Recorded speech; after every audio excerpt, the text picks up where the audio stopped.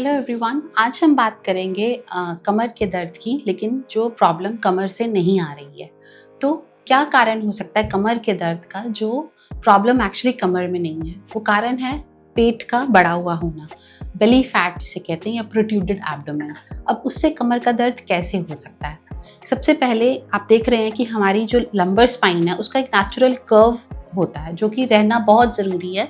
नसें, डिस्क सब कुछ एक सही जगह पर होने के लिए। जब पेट हमारा बढ़ता है, बेली फैट बढ़ता है, तो वो एक कांस्टेंट स्ट्रेस डालता है स्पाइन के ऊपर, जिसकी वजह से ये कर्व में स्ट्रेटनिंग ऑफ स्पाइन होने लग जाती है। इस टाइम पे जब हमारी लंबर स्पाइन स्ट्रेट हो जाती है तो कमर का दर्द महसूस होना शुरू होता है, और फिर धीरे धीरे वो प्रेशर जब बढ़ता रहता है तो जो हमारा नेचुरल कर्व है वो रिवर्स हो जाता है, जिसे रिवर्सल ऑफ लंबर लॉर्डोसिस कहते हैं। और उस टाइम पे हमें सिवियर बैक पेन होना शुरू हो जाता है। इस समय पे हम जब एमआरआई करवाते हैं तो जस्ट स्पाइन के अलाइनमेंट की खराबी के अलावा और कोई खराबी नहीं आती। तो कई बार हमें बोला जाता है कि आपकी कमर में कोई प्रॉब्लम नहीं है, लेकिन वो दर्द बहुत ज़्यादा होता है। तो उसका कारण यही होता है। तो अगर इस तरह की प्रॉब्लम है तो ध्यान देने की ज़रूरत है कि हमारा बेली फैट, पेट बहुत ज़्यादा बड़ा तो नहीं हुआ। फिर कई बार ऐसा होता है कि जो एक्स्ट्रा वेट हमारे स्पाइन के ऊपर, लंबर स्पाइन के ऊपर आ रहा है, किसी किसी पेशेंट में वो इन L4, L5, S1 के ऊपर जोर डालता है, पूरी स्पाइन पे जोर डालने की बजाय। तो उसमें क्या होता है, ये डिस्क धीरे धीरे बल्ज होके बाहर आने लगती हैं, और डिस्क कई बार प्रोट्रूड सेंट्रल में बल्ज डालती है तो स्पाइनल कैनाल को छोटा कर देती है। जब डिस्क एक नस को बाहर आके दबाती है तो हमें प्रॉब्लम आती है L4, L5 की नस के दबने की, जिसको हम सियाटिका पेन भी कहते हैं। तीसरा जो प्रॉब्लम हमें होता है बढ़े हुए पेट के वजह से, ये इंक्रीज्ड वेस्ट सर्कमफ्रेंस। जो हम अम्बलाइकस के अराउंड अगर हम अपना नापें, अपना सर्कमफ्रेंस, उसे हम वेस्ट सर्कमफ्रेंस कहते हैं। अगर वो मेल्स में 100 सेंटीमीटर से ज़्यादा और फीमेल्स में 88 सेंटीमीटर से ज़्यादा है, तो ये प्रूव किया गया है कि ये रिलेटेड है high cholesterol, diabetes, heart attacks और बहुत सारे रिस्क फैक्टर से जो ब्लड में कोलेस्ट्रॉल के हाई होने की वजह से होते हैं। तो ये वेस्ट सर्कमफ्रेंस इसका डायरेक्ट प्रेडिक्टर है। और इनके साथ साथ ये इंक्रीज यूरिक एसिड होना या जॉइंट और बैक पेन होने के लिए भी रिस्पॉन्सिबल है। तो अब लोग कहते हैं कि हमारा वेट वैसे तो नॉर्मल है, लेकिन पेट बस बढ़ा हुआ है, तो इसके लिए हम क्या करें? 3 बहुत इंपॉर्टेंट चीज़ें हैं जो आप घर पे बैठे बैठे स्टार्ट कर सकते हैं जस्ट बेली फैट को कम करने के लिए। तो पहली चीज़ जो मैं हमेशा अपने वीडियोस में कहती हूँ, इंटरमिटेंट फास्टिंग।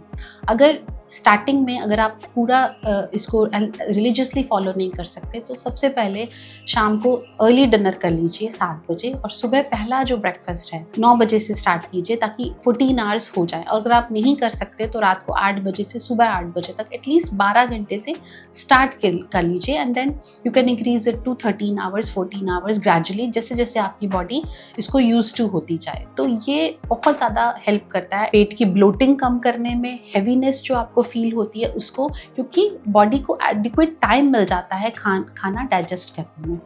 लेकिन ये इंटरमिटेंट फास्टिंग कंप्लीट फास्टिंग होनी चाहिए। अगर आप रात को 8 बजे खा रहे हैं तो सुबह 8 बजे से पहले आपको कुछ नहीं खाना है। That also excludes the T, जो सुबह की चाय आप खाली पेट लेते हैं।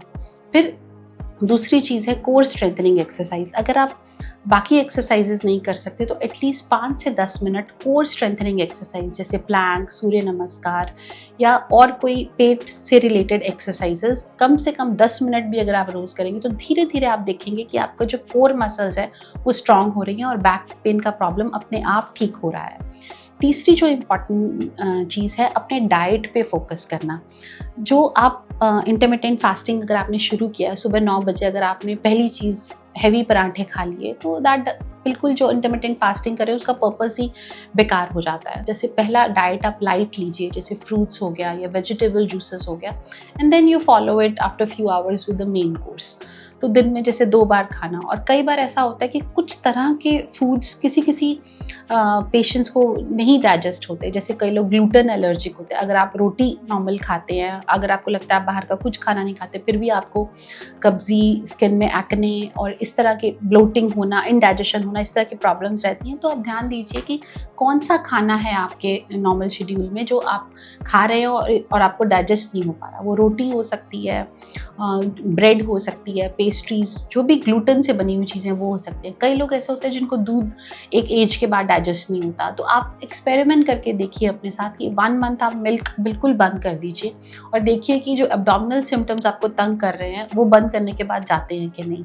तो मिल्क एंड मिल्क प्रोडक्ट्स किसी किसी को डाइजेस्ट नहीं होते, तो इस तरह से हर किसी को अपनी डाइट के ऊपर फोकस करना चाहिए कि शायद ये चीज़ मुझे डाइजेस्ट नहीं होती, और उसको बंद करके देखिए अगर आपके सिम्टम्स चले जाते हैं। तो intermittent fasting, core strengthening exercises and focus on the diet, ये 3 चीज़ें आप करके देखेंगे कि जो ये एब्डोमिनल फैट जो बहुत टाइम से आपको परेशान कर रहा है ये जा सकता है।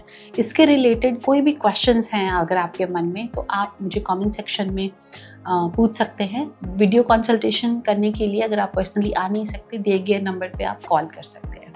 Thank you.